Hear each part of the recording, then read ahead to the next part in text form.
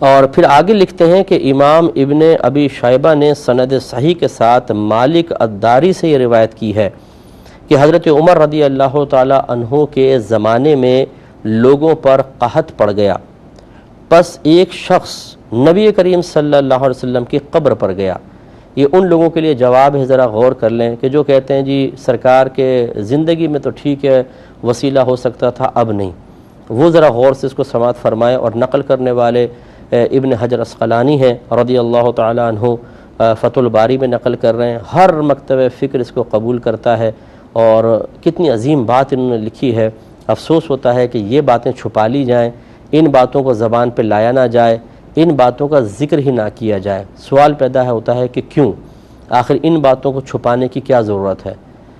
ان کو کیوں نہیں ظاہر کیا جاتا تاکہ لوگ اس سے استفادہ کریں، فائدہ اٹھائیں؟ کون سا خوف ہے، کون سا ڈر ہے قلب کے اندر کہ ان باتوں کو لائٹ میں نہیں لایا جاتا؟ یعنی ہر ایک نہیں لاتا، ہم تو الحمدللہ لے کر آتے ہیں، تو لانا چاہیے تاکہ لوگ اس سے استفادہ کریں، لوگوں کو دلیل حاصل ہو، لوگ صحیح دین کو سمجھنے میں کامیاب ہو جائیں کہ یہ کوئی نیا دین نہیں بنایا گیا ہے، یہ تو صحابہ کرام علیہم رضوان کا طریقہ کار رہا ہے۔ اس لیے اچھی طریقے سے اس کو سماعت فرمائیں، سمجھیں۔ امام ابن ابی شیبہ نے سند صحیح کے ساتھ مالک الداری سے روایت کی ہے کہ حضرت عمر فاروق رضی اللہ تعالی عنہ کے زمانے میں لوگوں پر قحط پڑ گیا، تو ایک شخص نبی کریم صلی اللہ علیہ وسلم کی قبر پر گیا اور عرض کی، یا رسول اللہ صلی اللہ علیہ وسلم، اپنی امت کے لیے بارش طلب کیجئے کیونکہ وہ ہلاک ہو رہے ہیں۔ اب بتائیے، معاذ اللہ ثم معاذ اللہ، اگر نبی کریم صلی اللہ علیہ وسلم زندہ نہیں ہیں اور ختم ہو گئے ہیں، فنا ہو گئے ہیں، تو یہ صحابی ابھی آگے آگے صحابی ہیں، یہ کس سے جا کر خطاب کر رہے ہیں؟ معاذ اللہ ایسا نہیں ہے، بلکہ ہمارے نبی کریم صلی اللہ علیہ وسلم جیسے میں نے آپ کو بتایا، جس طرح اب دنیا میں حیات تھے اس سے کہیں زیادہ کامل و اکمل حیات کے ساتھ اپنی قبر میں جلوہ افروز ہیں، جس کی دلیل بھی میں آپ کو ذکر کر چکا ہوں۔ اور نبی کریم صلی اللہ علیہ وسلم کو خطاب کرنا، یا رسول اللہ کہنا، اس میں شرعاً کوئی حرج نہیں ہے، جیسے کہ انہوں نے فرمایا کہ یا رسول اللہ اپنی امت کے لیے بارش طلب کیجئے کیونکہ وہ ہلاک ہو رہے ہیں۔ پھر اس شخص سے خواب میں یہ کہا گیا کہ تم عمر کے پاس جاؤ، تو یہ حدیث میں آیا عمر کے پاس جاؤ، سرکار صلی اللہ علیہ وسلم نے گویا کہ فرمایا۔ تو اب یہ آگے لکھتے ہیں، ابن حجر اسقلانی کی عبارات چل رہی ہیں یہ،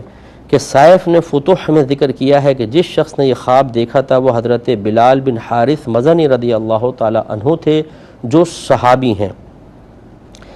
الزبیر بن بکار نے الانصاب میں اس واقعے کو اپنی سند سے روایت کیا ہے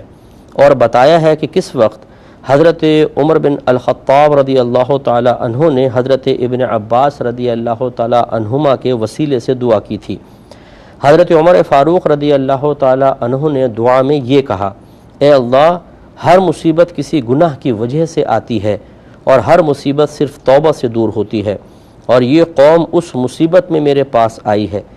یعنی یہ قوم جو ہے جو آئے ہیں اس مصیبت میں میرے پاس آئی ہے کیونکہ ان کو معلوم ہے کہ میرا تیرے نبی کے نزدیک کیا مقام تھا،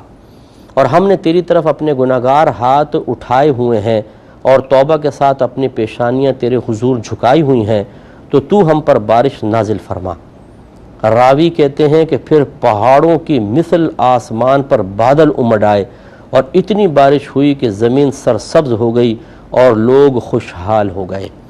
تو دیکھیے حضرت بلال بن حارث مزنی رضی اللہ تعالیٰ عنہ سرکار کے وصال کے بعد ان کے مزار پر حاضر ہو رہے ہیں اور سرکار سے عرض کر رہے ہیں، رسول اللہ آپ کی امت ہلاک ہو رہی ہے، آپ قحط دور کرنے کے لیے دعا فرمائیں۔ سرکار نے خواب میں آ کے ارشاد فرمایا، عمر کے پاس جاؤ، یعنی عمر سے کہو کہ دعا کریں۔ اس کا مطلب یہ ہوا کہ بعد وفات بھی میرے آقا صلی اللہ علیہ وسلم اپنے غلاموں کو اسی طرح ڈیوٹیاں تقسیم کرتے ہیں کہ امت کی مدد کریں، اور غلام جو بھی مدد کرتا ہے حقیقتاً وہ نبی کریم صلی اللہ علیہ وسلم کا ہی فیض ہوتا ہے۔ لہذا جب حکم پا لیا تو عمر فاروق رضی اللہ تعالی عنہ نے دعا کی ہے اور اللہ تعالیٰ نے بارش نازل فرمائی ہے۔ حضرت ابن حجر اسقلانی مزید آگے لکھتے ہیں کہ زید بن اسلم نے حضرت ابن عمر رضی اللہ تعالی عنہما سے روایت کی ہے کہ قحط کے سال میں حضرت عمر نے حضرت عباس رضی اللہ تعالی عنہ کے وسیلے سے دعا کی، اور حضرت عمر نے خطبے میں عرض کی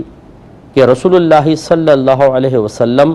حضرت عباس کا اس طرح احترام کرتے تھے جس طرح اولاد اپنے والد کا احترام کرتی ہے۔ پس اے لوگو، رسول اللہ صلی اللہ علیہ وسلم کے محترم چچا کے بارے میں نبی کریم صلی اللہ علیہ وسلم کی پیروی کرو، یعنی جیسے سرکار نے ان کا احترام فرمایا ہم بھی احترام کریں گے۔ دیکھیں یہی وہ بات تھی جو میں نے آپ کو عرض کر رہا تھا کہ حضرت عمر فاروق رضی اللہ تعالیٰ عنہ کو عرض کرنا کہ اللہ تعالیٰ ہم پہلے تیرے نبی کا وسیلہ پیش کرتے تھے، اب ان کے چچا کا وسیلہ پیش کر رہے ہیں، تو اس کا مطلب یہ نہیں ہے کہ وہ یہ کہنا چاہتے ہیں کہ یہ مردہ جو دنیا سے پردہ فرما چکے ان کا وسیلہ ہوتا ہی نہیں ہے، زندہ کا ہی ہوتا ہے، یہ بتانا مقصود نہیں، بلکہ احترام لوگوں کے ذہن میں پیدا کرنا مقصود تھا کہ نبی کریم صلی اللہ علیہ وسلم کے چچا کا ہم وسیلہ اس لیے پیش کر رہے ہیں تاکہ لوگ یہ بات سمجھ جائیں کہ یہ محترم ہیں، قابل احترام ہیں، سرکار ان کا احترام کرتے تھے، تو یہ نہیں ہے کہ وہ پردہ فرما گئے تو ہم ان کا احترام چھوڑ دیں گے، بلکہ ہم بھی ان کا احترام کریں گے، صرف یہ اشارہ کرنا مقصود تھا۔ تو یہ کہتے ہیں کہ اے لوگو، رسول اللہ صلی اللہ علیہ وسلم کے عم محترم کے بارے میں نبی کریم صلی اللہ علیہ وسلم کی پیروی کرو اور ان کو اللہ تعالیٰ کے پاس وسیلہ بناؤ۔